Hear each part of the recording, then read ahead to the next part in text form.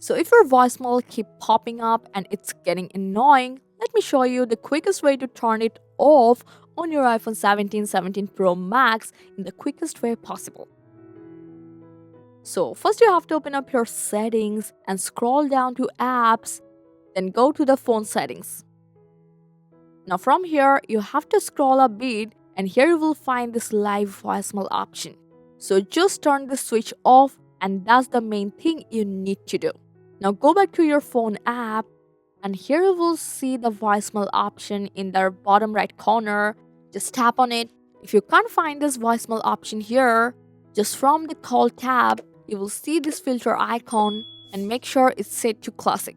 And now from the top, you can't see this greetings option anymore. That means your voicemail is turned off successfully. Isn't it really easy? I hope this guide helped you a lot. Make a like and subscribe for more iPhone tips and tricks.